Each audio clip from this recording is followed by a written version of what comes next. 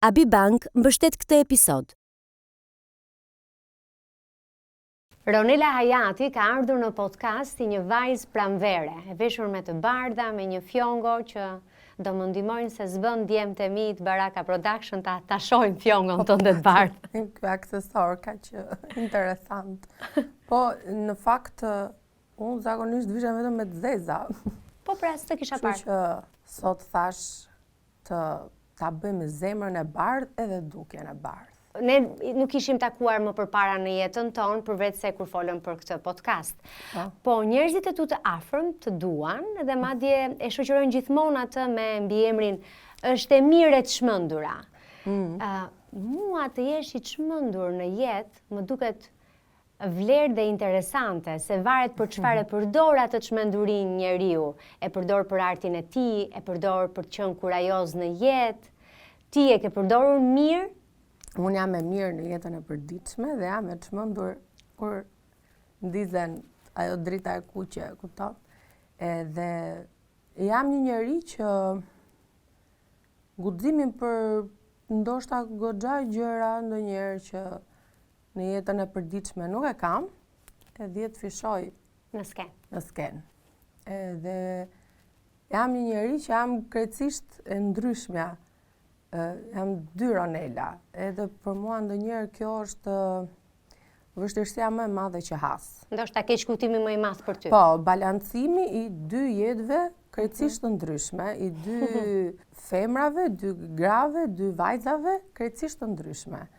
Njëra që është e çmendur që mua prap nuk është se unë nga që nuk i vë vetes fare, jo vetes, po një artisti nuk i vë asnjëherë fre në skenë apo në limite.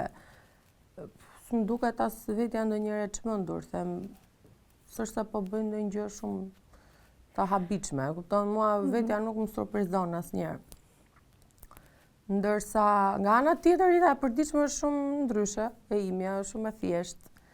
Është me shumë ndjenja, në sensin unë jam njëri emotiv, jam njëri ndjeshëm, jam njëri që punoj shumë. Si ke marrë vendimet ti Ronela në jetë? Me euforizëm si që jep përgjigjet? Jo, unë çdo gjë që bëj e mendoj shumë. Çdo gjë që e kam bërë, e kam menduar aq herë dhe madje unë jam një overthinker e llahtarshme. Do me thënë ndonjëherë kjo është shumë e gabuar, po e tillë jam unë, rri natën, mendoj pafund, si ma tha, si t'ja them, po t'ma thoshte kështu, t'ja ktheja përgjigjen kështu, t'më thoshte këtë, po t'i thoja këtë, po nëse vesh këtë, do më shajnë këtë, do më thonë këtë, po nëse ma thonë dhe këtë kritik, atëherë si kur t'i përgjigjem kështu, bëj inskenime të pafundme të situatave, kështu që ndonjëherë prandaj jam edhe pak më e beft ose ndonjëherë pak si më e ashpër në kundër përgjigje të ndonjë sulmi. Sepse unë jam kritikuesja më e madhe e vetes time. Mua nuk 90% e gjërave që bëj mua nuk më pëlqejnë. Do me thënë nuk, jo se s'më pëlqejnë si i kam bërë. Në sensi po nuk më mbushin syrin, them s'është gjë. Unë bëj më mirë. Dhe kur dikush për shembull më kritikon për një gjë që unë kam bërë veten time copash në shtëpi, the stop se e di vetë, sepse gja e kam bërë si proces. Edhe ndonjëherë ti, nga që realisht ndonjëherë lodhem, nuk dua të dëgjoj fjalë dhe prandaj kam ndonjë reagim. Më mbeti mendja kur the që unë jam një shpirt analitik. E përmbledhur kjo ishte dhe e vras shumë mendjen si ja thash dhe si ma tha natën në shtëpi. Ti je një vajzë në jetën publike që je sulmuar, jo pak, për performancat, në përgjithësi ka qenë si të kam ndjerë në debate, kam parë disa gjëra për ty. Dhe tani po mendoj, unë gjithmonë kisha krijuar përshtypjen që ti je një rebele dhe që ti di çfarë bën, në kuptimin që nëse e bën, nuk është se më zgjidhesh shumë me opinionin e të tjerëve. Po e kuptoj unë gabim, apo ti je njëri që lëndohesh, si gjithë njerëzit patjetër që lëndohesh, po je njëri që lëndohesh dhe e vret mendjen, pra ti e vuan atë që ndodhe dhe thuhet rreth teje. Dgjoj, unë nuk mund ta heq faktin që s'mund të them që unë jam më e sulmuara, apo s'është ndonjë çudi që më sulmojnë mua. Shqipëria është populli shqiptar, ata që shikojnë çfarë ju shfaqet në ekran, kemi atë tendencën ndonjëherë përfshi edhe veten time gjatë diçkaje që nuk jam unë që shikoj, që të jemi pak të ashpër, të tillë jemi ne, kupton se kur vjen puna pastaj për ta mbrojtur në një vend që nuk është i jonë, ne jemi shumë patriote të gjitha këto. Po tek tanët, ne jemi shumë, nuk di si t'i jap një epitet sakt, si për t'i pasur komshinja, apo njerëzit tanë të familjes, nga që ai del në ekran, sa keq ka vesh, nuk di të thuash që shikoj, është munduar për t'u vesh kështu, apo mund të vishej më mirë. Jemi direkt sa keq. Edhe ka goxha raste që lëndohem në sensin jo se kam përjetime të tmerrshme, nuk tashmë jam mësuar. Po lëndohesh sepse unë lodhem shumë vërtet. Mundohem me mishe me shpirt për të merituar vendin që kam. Dhe mendoj se madje meritoj dhe shumë më tepër se sa kam. Për shkak të përgjigjeve të tua euforike, unë kam parë një vërtetësi tek ti dhe për këtë arsye kam dashur të të ftoj në podcast, në do të dish. Ty të faleminderit, po më besoj që e disa herë kam gënjur në për intervista. E po mirë, ja ke dalë të më prishësh mendjen. Unë kam menduar që ti je një gocë e vërtet. Edhe më pëlqen t'i takoj burrat dhe gocat e vërteta, t'i kem këtu në podcast dhe të flasim. Se ndonjëherë ti je i vërtet, është barmë vete, edhe nuk është aq e thjeshtë. Jo, s'është e thjeshtë. Sepse rolet edhe maskat të çojnë më shumë përpara. Dhe njerëzve, shoqëritë, në përgjithësi kanë qef rolet. Thonë që i gjykojnë, po ju pëlqen një rol perfekt. Ndonjëherë njerëzit e kanë qef gënjeshtrat. Edhe kanë qef t'ju shitesh për dikë që duan ata të mendojnë se je. Duke menduar se kjo mund t'i thjeshtoj gjërat në mendjen e tyre. Po nuk ka gjë më të mirë se sa të përballesh me një të vërteta që më tepër ta pranosh veten siç je, me gjithë të mirat apo defektet e tua. Mendoj se vetëm kjo, çdo lloj marrëdhënie, si pune, si njerëzore, vetëm kjo gjëja mund ta rregulloj, po njerëzit stepen shumë nga kjo. Kupton, kanë dëshirë që ti shesësh një vajzë shumë të edukuar që vishet në kufit e thjeshtësisë, me fjongët e bardhë, me fjongën e bardhë, që flet qetë, që ka punën e saj dhe shikon vetëm punën e saj. Që është gjë e mirë kjo, është okay. Po është një gjë. Nuk janë më njerëzit kështu. Okej. Si janë njerëzit? Askush më në këtë kohë nuk mund të jetë në këtë tranzicion, në këtë çmenduri që ndodh për ditë, jo vetëm në Shqipëri, po në të gjithë botën. Nuk ka asnjë njeri që është i qetë me jetën e vet. Unë këtë mendoj. Secili nga ne ka ankesa. E gjithë gjëja është se si i shfaq ti ankesat. Unë ndonjëherë gjërat që ndjej i them, i transmetoj, më duket se kur heq nga vetja goxha pesh. Nuk jam njeri që mbaj gjërat për brenda, të rri të vuaj edhe të mendoj keq, pastaj të mendoj insinuime të tjera që më çojnë në rezultate fiktive, që nuk ekzistojnë fare. Më mirë them, mund të jem gabim, po e konsultoj me 2-3 njerëz, të shoh, jam gabim vërtet, se mbase mund ta kem të drejtë atë që mendoj. Mbase jam gabim. Domethënë, shumë mendje janë më mirë se sa një mendje. Unë në fund bëj kokën time, ore. Është shumë e dukshme. Po ç'më gjeti mua të marr një mendim ekstra. Mua më pëlqeu nga gjithë kjo që the që sot. Fal, vetëm. Po mund të pish ujë.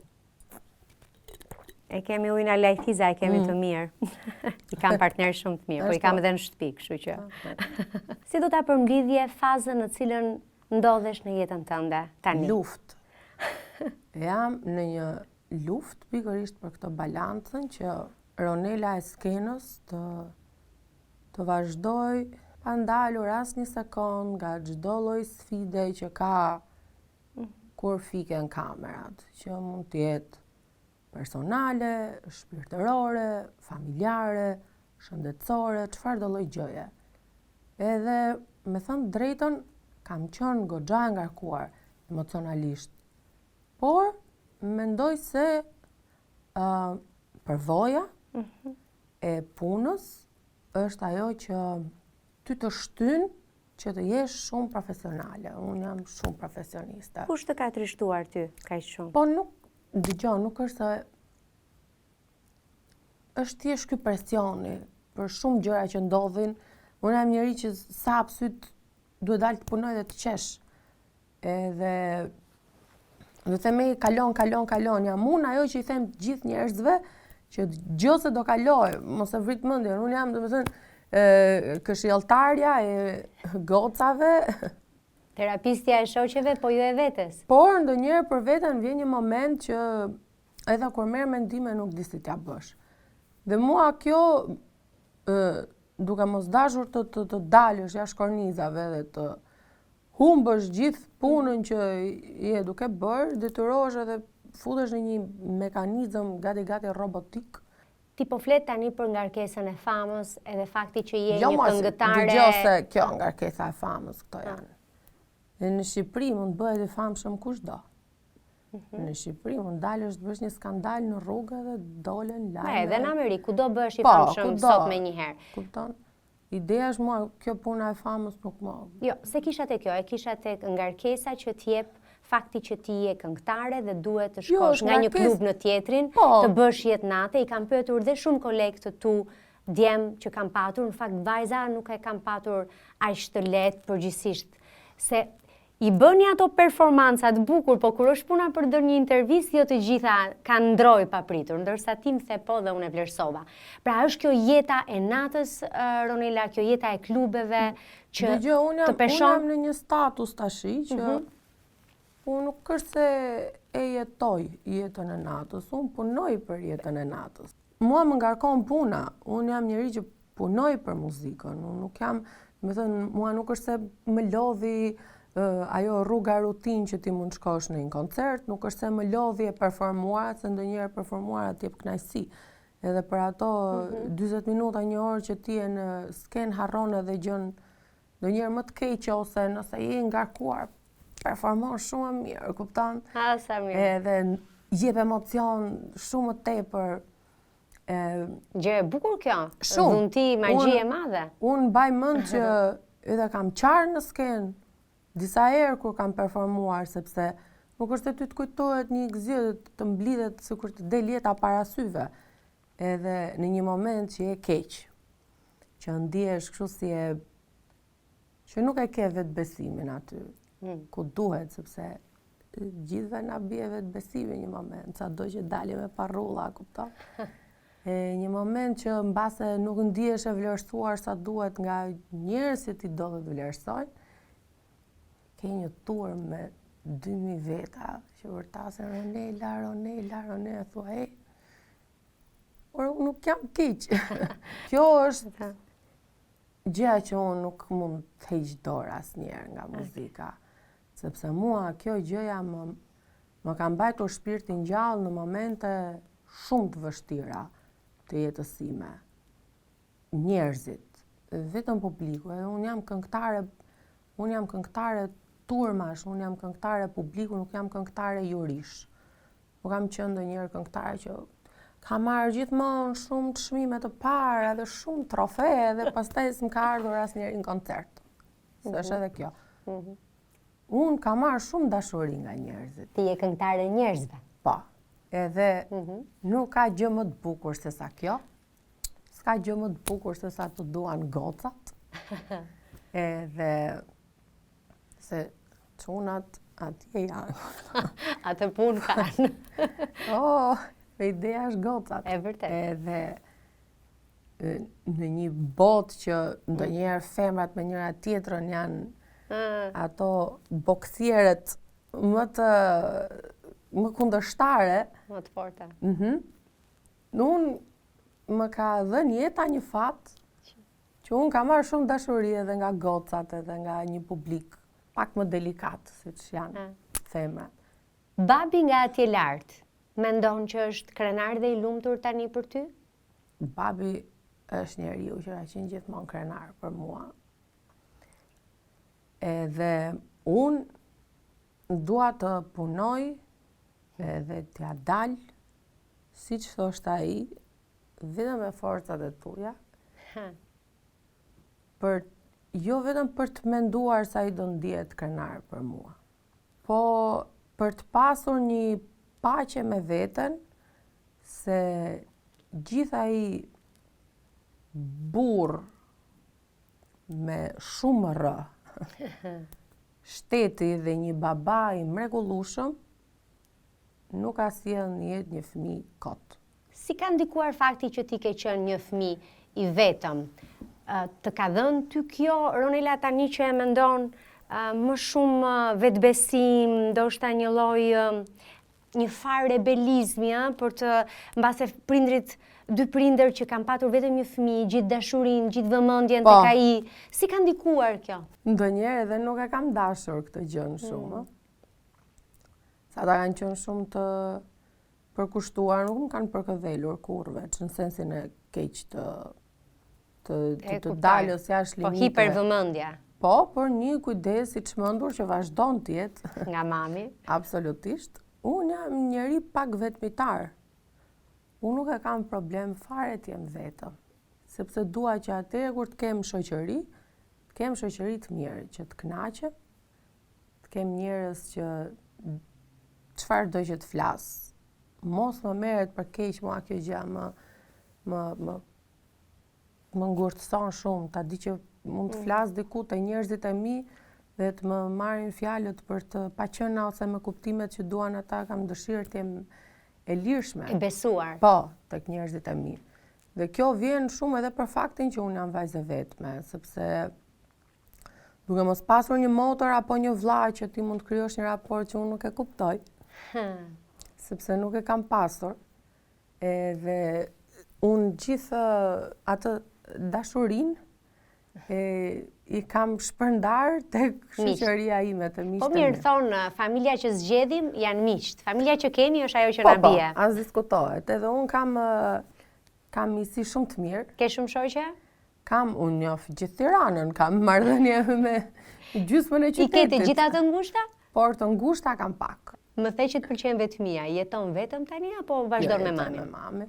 Jetoj me mamin, po vdes për atë kohën që jam vetëm në dhomë.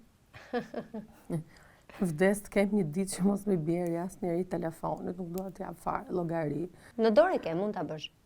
Po ja, ato po bëj. Ka funksionuar.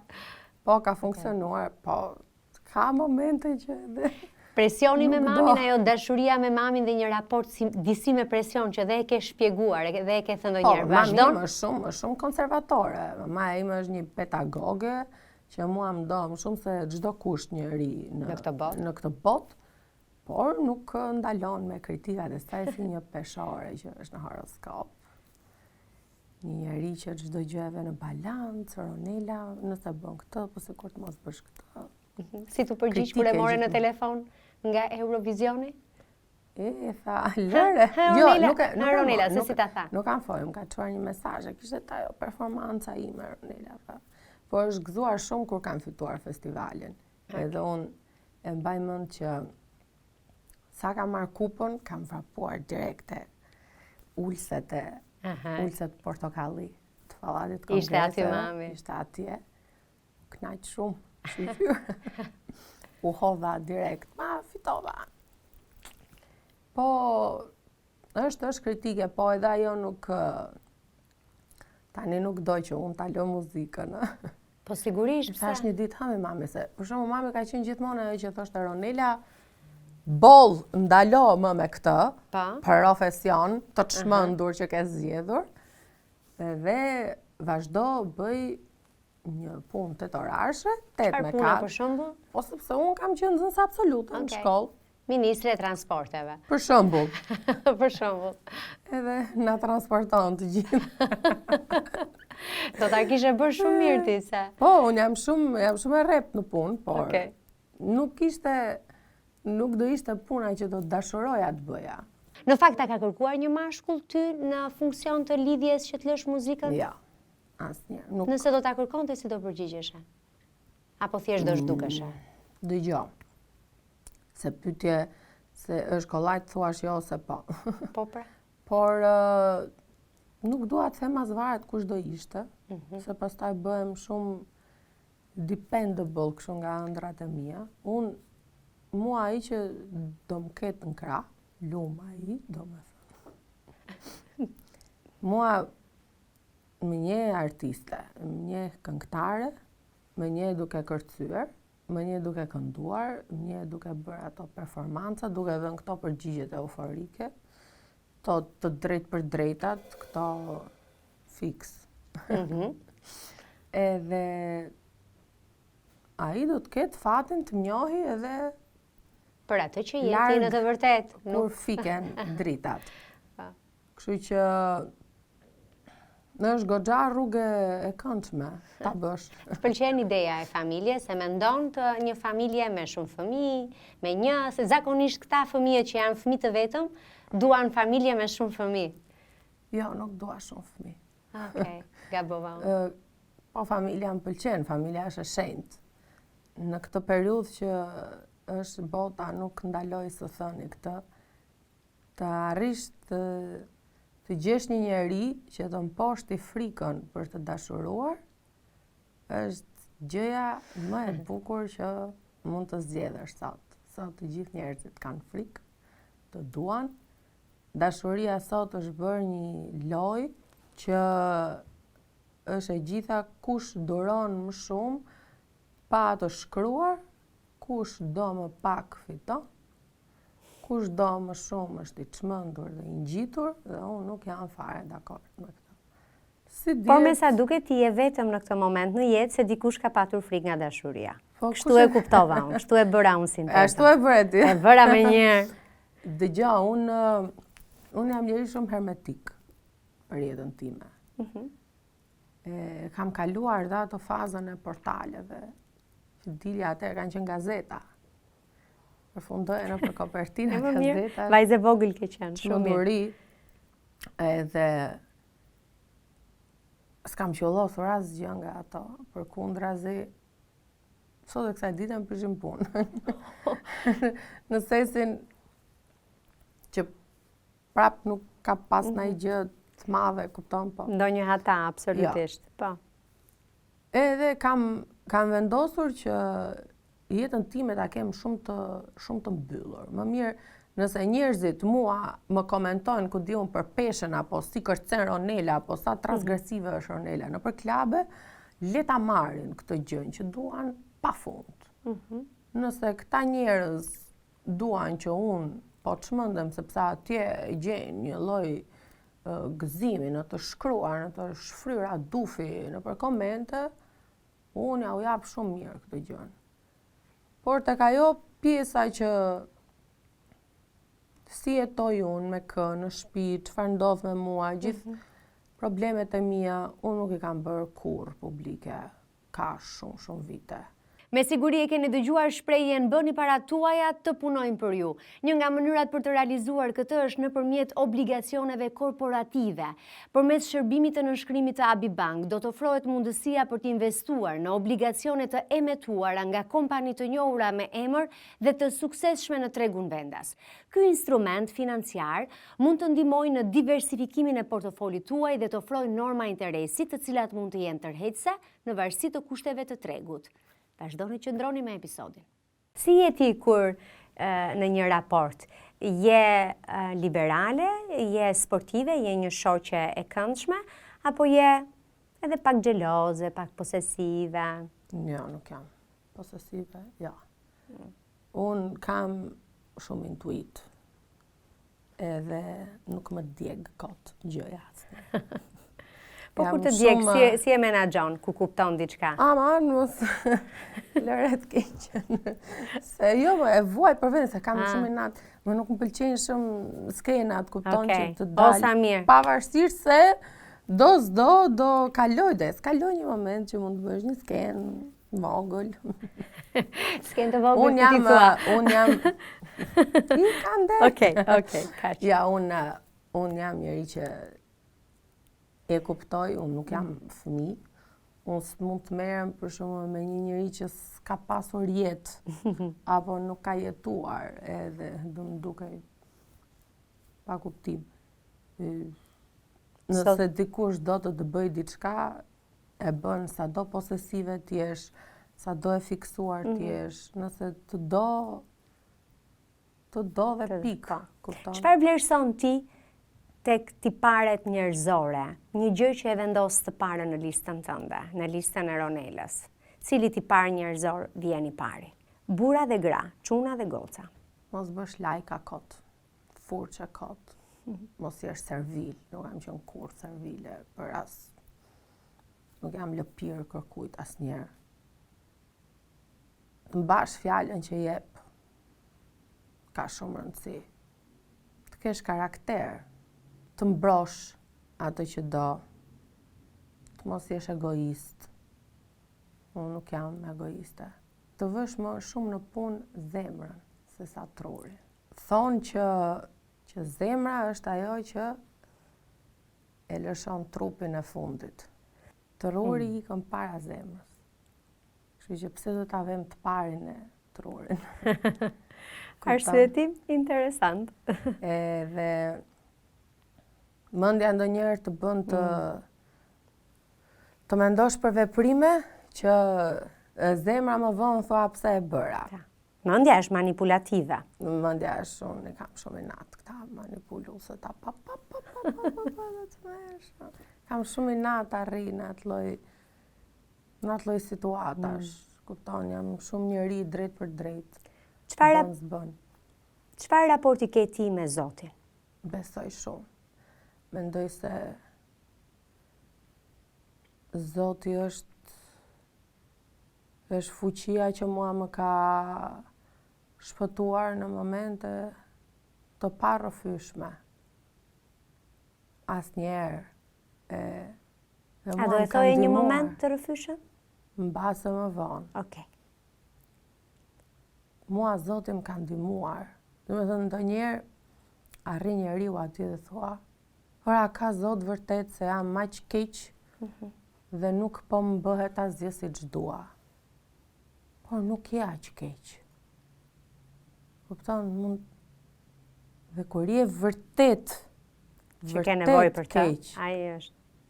Mua Zoti më ka ndihmuar, me mua ka bërë mrekullira. Ronela, duke bërë muzikë në këtë moment në tregun shqiptar, ku sigurisht siç janë shtuar shumë podcaste, ka dhe shumë këngëtar dhe ka shumë të gjithë janë të dublikuar të shumë fishuar. Të ka shpërblyer ty financiarisht jeta jote muzikore? Me shumë vonesë, po. Ndryshe s'do vazhdoja ta bëja. Unë jam e fokusuar momentalisht vetëm tek muzika si burim financiar për të mbajtur veten apo familjen time. Edhe por shumë vonë. Mua më ka sjell shumë vonë, unë kam punuar për vite për shumë qesharake, unë nuk kam turp, domethënë ta them. Kam punuar për shumë pak lekë, kam shpenzuar orë të tëra në studio për lekë xhepi. Edhe më janë dashur shumë luftra me veten që të mos të heq dorë, se kam pasur shumë momente që kam thënë nuk merrem më me këtë, nuk po më sjell asgjë. Por ka qenë nuk e di, një ndjesi e çuditshme që gjithmonë, edhe kur e lija, e kam lënë 2-3 herë si gjë. Atëherë ka qenë edhe me status në Facebook. Mbaj më të kam shkruar një. Unë nuk këndoj më. Nuk do të jem më një këngëtare shumë e lodhur e re në moshë, më poshtur shumë kollaj nga njerëz shumë më lartë se unë, me shumë më pushtet se unë. Po pastaj e rria, shikoja ndonjë klip dhe një këngë të re që dilte, thoja, mos ta bëj unë këtë. Kam pasur krimbin, kam pas nervin që s'më ka lëshuar asnjëherë ky nervi. Kjo është gjëja më fort, pasuria më e madhe që ke, nervi. Nervi për të bërë gjëra. Nervi për punë, mua nuk më ka lënë asnjëherë. Unë them, unë mund t'ja dal, unë bëj dhe këtë. Nuk shoh kufi as mosha as gjë, vetëm shëndeti ka rëndësi. Domethënë, për sa kohë që je gjallë dhe mirë me shëndet, mosha tashmë është realisht thjesht një numër. Absolutisht. Momentin e parë që ti këndon për një target group 20 vjeçar dhe ti e 35 siç jam unë, shumë mirë që unë jam me Zoja që të bëj këngë akoma për atë target group, se do edhe ajo të futesh në mundësinë e tyre, në botën e njerëzve të tjerë. Kupton? Mua më pëlqen rinia. Rinia është gjëja më e fortë që ka bota, është zjarri i gjithë asaj që vën lëvizje gjithë botën.